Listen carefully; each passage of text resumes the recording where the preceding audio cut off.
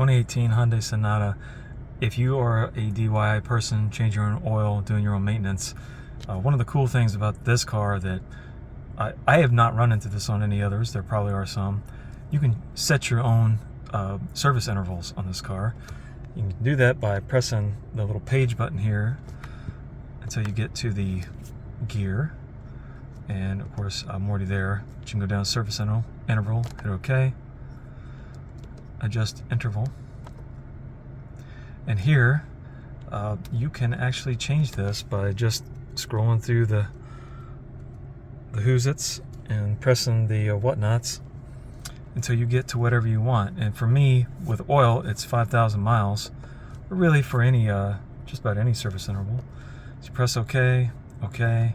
It's going to take you down to the months. We'll just set this up to 11 months. You could change it to whatever you want. It's pretty wild. And then hit the whatnot, and it's going to say save.